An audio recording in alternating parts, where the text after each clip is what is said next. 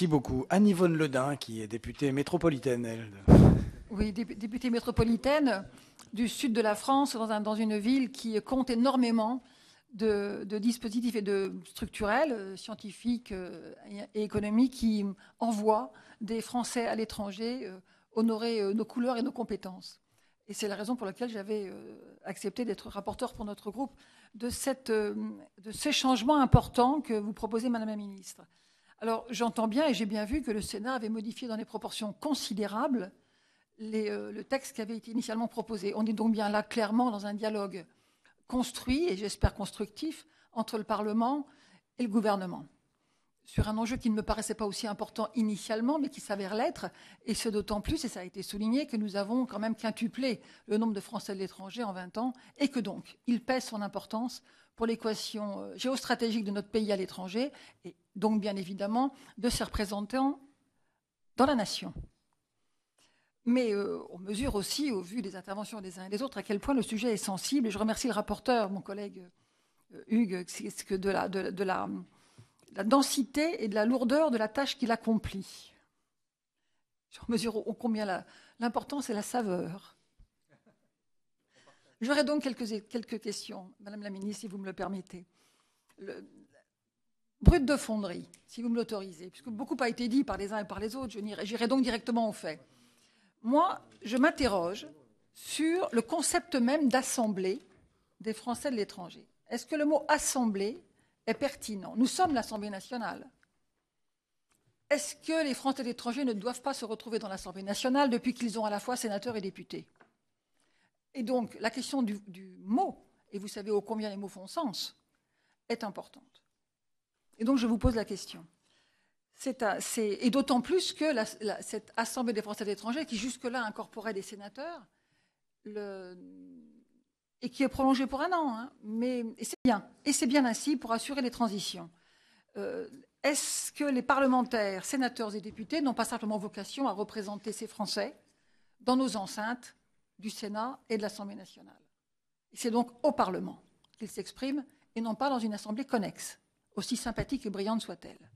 Et vous avez par ailleurs modifié, dans votre texte, et le Sénat l'a abondamment modifié également, la manière dont ces Français de l'étranger seraient représentés dans cette future instance. Vous aurez remarqué que j'ai déjà moi-même changé un tout petit peu le vocabulaire. Mais c'est vous la ministre. Nous avons une question d'éligibilité. Les sénateurs ont également fait évoluer le bulletin de vote avec un fléchage, avec un système de fléchage. Donc j'aimerais avoir votre analyse par rapport à ce fléchage, sachant que finalement, le système que vous aviez initié au départ, qui prévoyait un retour à l'élection des conseillers au suffrage indirect parmi les conseillers consulaires, comme le prévoyait votre texte. L'intérêt que je vois à ce système, c'est que les conseillers consulaires, dont vous avez resserré le mandat, vont en tout cas préciser et globaliser le mandat à l'échelle de ce que font l'ensemble des chefs de poste et consulats dans l'ensemble de nos présences françaises à l'étranger. Vous avez resserré et identifié l'ensemble des fonctions de ces consulats en direction de nos assemblées, de nos collègues, et nous avons là quelque chose qui simplifie leurs fonctions et leur métier, et ce que peut attendre un Français à l'étranger de son consulat. Et ça, c'est important. C'est important de le souligner, et c'est aussi une des grandes avancées de ce texte. Elle définit le fait qu'il y a des personnes qui sont français à l'étranger et qui sont élus et qui vont épauler le chef de poste dans la définition de ses politiques.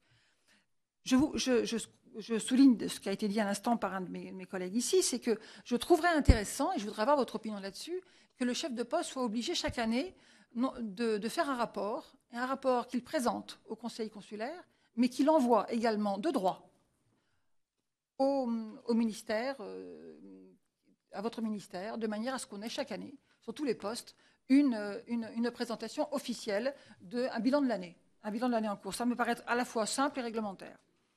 Et en même temps, cela rassurait aussi nos concitoyens qui sauraient que ce n'est pas que local, que quand on est français de l'étranger à l'étranger, ce n'est pas que local, c'est aussi national, et que le ministère en a pris acte et bonne note, y compris dans les divergences, puisqu'il faudrait que ce texte soit présenté au conseil consulaire. J'ai une deuxième question, Madame la Ministre, en soutien de ceux de mes deux collègues. C'est qu'il me semble que le terme de conseiller consulaire d'un côté et de délégué consulaire de l'autre crée une confusion, y compris sur le bulletin de vote, et qu'on pourrait peut-être simplifier et que le mot consulaire n'est pas forcément nécessaire d'être présent dans les deux fonctions.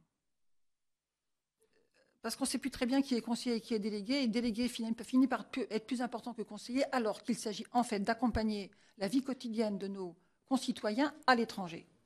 Et que le conseiller consulaire a une vie quotidienne en tant que conseiller consulaire, alors que le délégué n'a une vie qu'une fois de temps en temps, au moment de voter.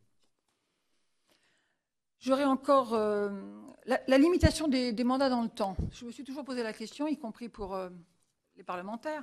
Et donc je me pose la question de la durée des mandats dans le temps. Que penseriez-vous de l'introduction d'une disposition qui limite le cumul des mandats de conseiller consulaire ou de conseiller AFE dans le temps éventuellement à 3 mandats.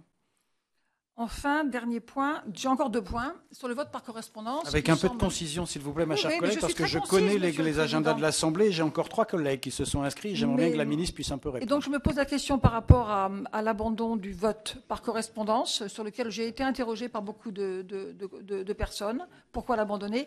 Et enfin, en ce qui concerne l'équilibrage entre l'Europe et le reste du monde, aujourd'hui, de fait, l'Europe aura un très grand nombre d'élus. C'est normal, puisqu'il y a beaucoup plus de Français d'étrangers en Europe qu'ailleurs dans le monde. Pour autant, on voit bien que dans les pays émergents et dans les pays en émergence, les Français sont présents, de plus en plus présents. Et pour le bien de notre économie, ce serait bien qu'ils soient de plus en plus présents à l'étranger, et notamment au sud, et dans les pays nouvellement émergents à l'est et au sud. Donc, la question de la présence un peu plus forte de nos instances dans ces zones qui sont moins peuplées, mais qui sont éloignées, qui sont moins pourvues en services publics et parfois même dangereuses, bref, où les besoins de la communauté française sont plus grands. Comment concevez-vous ce paradoxe et quels autres moyens le ministère a-t-il mis en place pour prendre en considération les besoins des communautés françaises établies hors Europe, en Afrique, en Amérique latine et en Russie de l'Est? Merci, Madame la Ministre. Merci.